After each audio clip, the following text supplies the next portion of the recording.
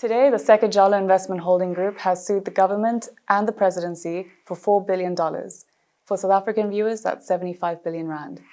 Dr. Surve, today you have announced that your group, the Sekunjalo Investment Holdings, will be suing the government and the presidency for $4 billion for the loss of value of your businesses.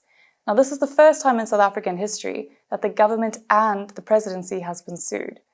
Can you please tell us about it? You are quite correct. Today, we issued the notice to the government, which is required in terms of the Institution Act, Section 3, number 40 out of 200, which is if you're going to issue summons against state organs, you have to do that. So we've done that. We've had a team of advocates and researchers working for quite some time on the losses that we have suffered as a group. We've suffered losses of about $4 billion, which is 75 billion rand, since President Ramaphosa came to power, and since him and his ministers have used state organs against the Sekunjalo group in order to destroy our businesses. And these are the actual losses that we've incurred, not necessarily the future losses. That must still be calculated by actuaries, and so the number will be substantially more. But our papers have indicated to the president, the presidency, the government, the organs of state, the various organs of state, which we set out in our papers, that the amount for now is $4 billion or 75 billion rand.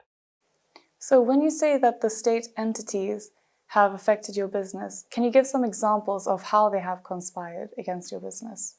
Well, we have maintained that we're a group in existence for more than 20 years. We're one of the first black companies to be listed on the Johannesburg Stock Exchange. We're one of the first black companies, if not the first, to be a member of the World Economic Forum and the global. So we have a global presence, and we've invested in 40 countries globally. And when Ramaphosa came to power, Ramaphosa used his ministers, state institutions such as the intelligence services, the Financial Service Conduct Authority, Treasury, various other institutions of government. We mention them all in our papers where we sue the government, where we've given the notice in terms of Section 3. We mentioned these. He's used it against us. He set up the Party Commission in order to smear us. And as a result of his actions and the actions of people such as Minister Pravin Gordhan and others, we have suffered these losses. And it's very much like a mafia state. And it's very important that we don't allow the president and his ministers and the government to act with impunity. We are determined to hold them accountable, and we're determined that they will pay us these damages that we have lost. Well, where did you file it and how did you file this case against the state? So in terms of the Institution Act, or we call it the Institution of Legal Proceedings against certain organs of the state, it's Act number 40 of 202, section number 3.1, 3.2. It's also called the Institutional Act. When you sue the presidency, when you sue the president, when you sue the government, when you sue various organs of state, you have to file this notice. Our advocates have worked on this for 18 months now. We've had a team of 4 senior advocates working on this. We've had whistleblowers providing us with valuable information. We've had key intelligence people providing us with valuable information. We have used the various statements of various ministers. We've used the various documents of various ministers. We've used the various pronouncements. So our suing the government is both because they've committed certain slanderous things against us, but at the same time, they've omitted from protecting our businesses when they should have. All of this has resulted in institutions such as banks and the JSE and other regulatory bodies that we cite, in our papers having acted against our group. And of course, we've lost, right now the value we've lost is $4 billion, and that's been calculated actually. And how have you actually come to the calculation of $4 billion? Or well, the group has 200 companies. They are present in about 40 countries. It has built an investment value of about almost 120 billion rand, or $5 billion. And that's why the group has become, one of the preeminent global companies in Africa. A lot of that value has been destroyed by what has happened by the Ramaphosa administration. And they've only done this because we own one of the largest media companies in Africa, that's independent media. And our media has consistently exposed personal issues of the president, some of which I don't agree with, by the way. I don't think that should be what media does. But in any event, that's what our editors and journalists did. But where I agree with them is they've exposed the corruption in relation to Phala Phala, the PPE looting of tens of billions. They've exposed the corruption relating to Eskom, in Transnet, and a whole host. And we've held our government accountable.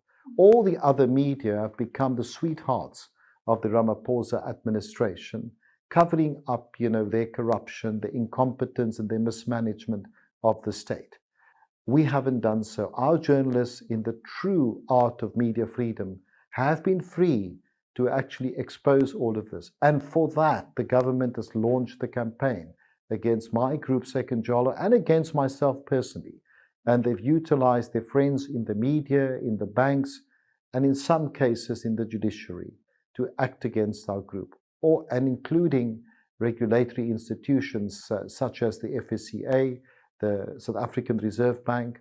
And we have ample evidence and proof of what they have done. And for that very reason, we have consistently said to government, stop doing this. I'm an ambassador for this country. I'm globally recognized. By 14 countries I've been recognized in various ways, in 14 countries, from the USA to Europe, to the East and Africa, etc., Asia and Africa. And I continue to be an ambassador for this country. And I've really told the president and his ministers to stop the smear campaign, to stop using state organs against us. It's always a difficult decision to sue the government because, we love our country. But frankly speaking, Ramaphosa's government is not the government of Nelson Mandela or Thabo Mbeki. It is a government that has really acted like a mafia state against people like myself. That's a very successful black businessman, one of the most successful black groups in this country, that are able to give black people, a sense of pride that they can really achieve, along other white businesses in this country, to make South Africa great. And what did Ramaphosa and his people do? They launched a campaign against us and destroyed our businesses and destroyed the value, of $4 billion, and put at risk the lives of employees, thousands and thousands of employees, the lives of, suppliers to us, in particular black suppliers, customers of ours, and frankly speaking, the foreign exchange of billions over the years that we've generated, for South Africa. So that's very sad. But at the end of the day, we do this with great reluctance. And hence we filed the notice, because at the end of the day, the South African government and the presidency and President Ramaphosa has to be held accountable for what he has done and what his ministers has done in his name. Well, it's about time, isn't it, Dr. Surve, that we finally hold the president and the government accountable and stop this country from becoming a mafia state. I love my country, and it's important to hold politicians to account. It's important that they don't get away with acting with impunity, especially when we have done nothing wrong.